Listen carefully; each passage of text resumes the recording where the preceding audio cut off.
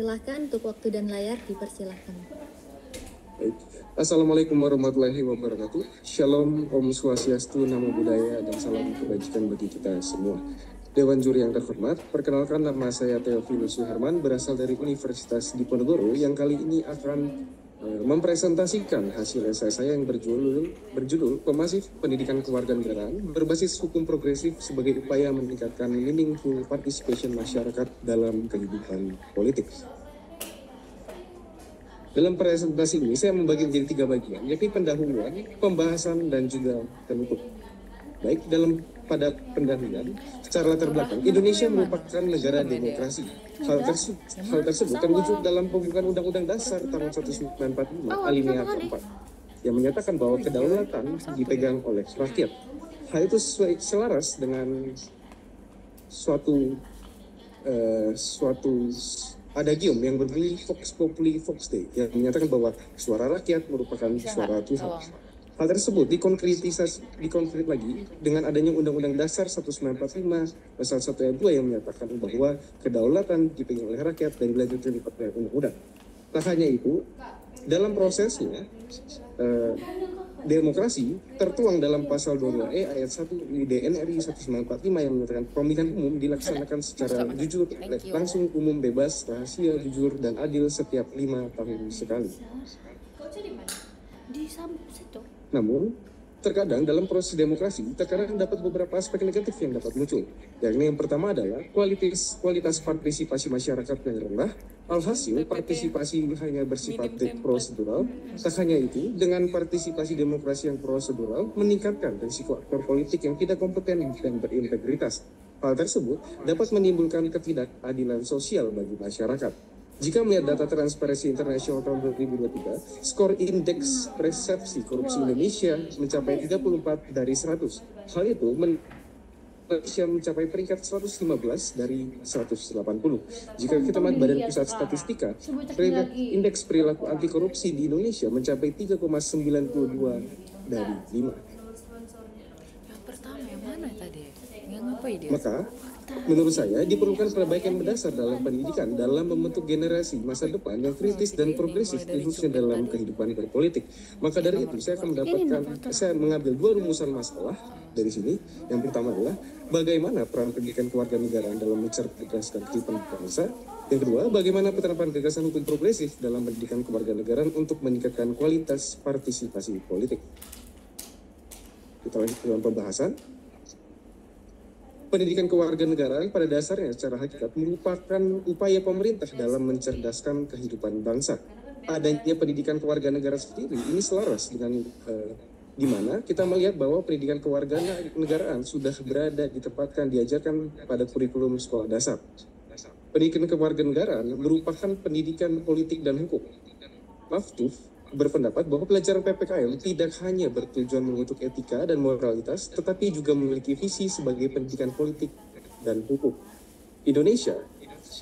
Hal tersebut selaras. Mengapa? Karena Indonesia sendiri merupakan negara hukum yang termaktub pada pasal 1 ayat 3, di mana hak dan kewajiban diatur dalam norma hukum. Maka dari itu, jika kita menarik kesimpulan, jika seorang warga negara yang baik harus mengerti tanggung jawabnya, dan di mana hak dan kewajiban ini diatur dalam hukum. Maka dari itu, jika mereka ingin mengerti hak dan kewajiban mereka harus mengerti terlebih dahulu terhadap hukum yang ada.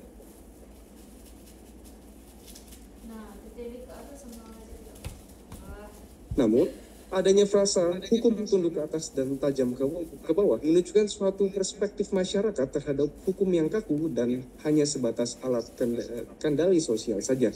Melihat budaya hukum masyarakat yang didukung dengan budaya hukum masyarakat yang lemah, menciptakan pandangan hukum di mata masyarakat sebagai alat kekuasaan saja.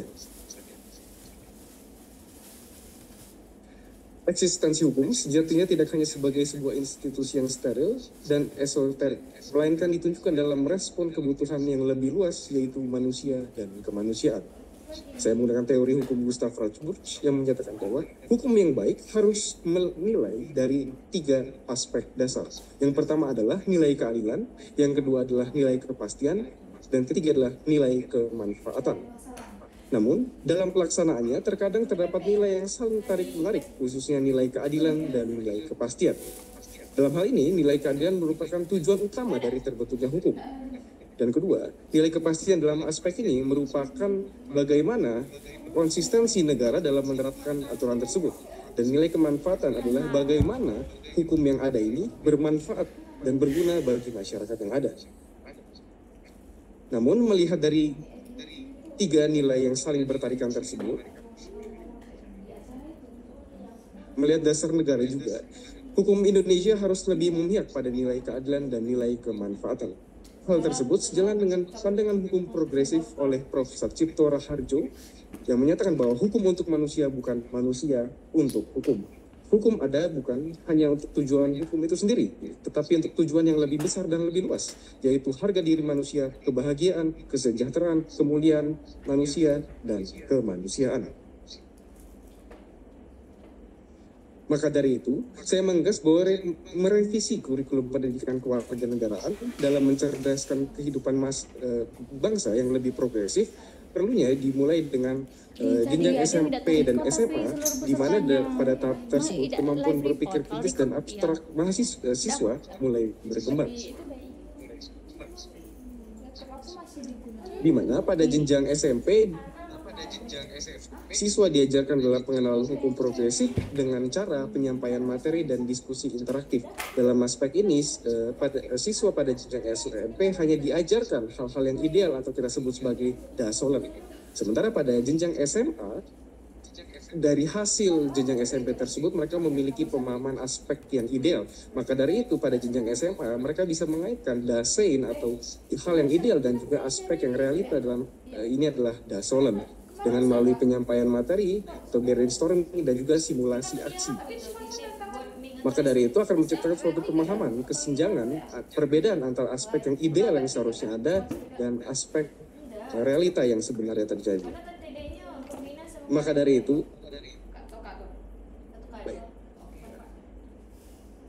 baik. Dalam mendukung pemikiran hukum progresif tersebut tidak hanya melalui revisi kurikulum yang diadakan oleh pemerintah, namun saya mengkolaborasikan dengan skema pentahelix. Dalam aspek ini saya menggunakan pemerintah, akademisi, media massa, dan masyarakat.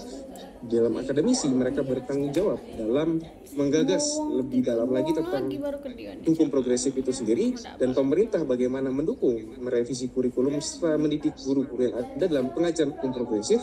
Sementara media massa dan masyarakat, bagaimana mereka dapat menyebarkan input tentang gagasan hukum progresif tersebut.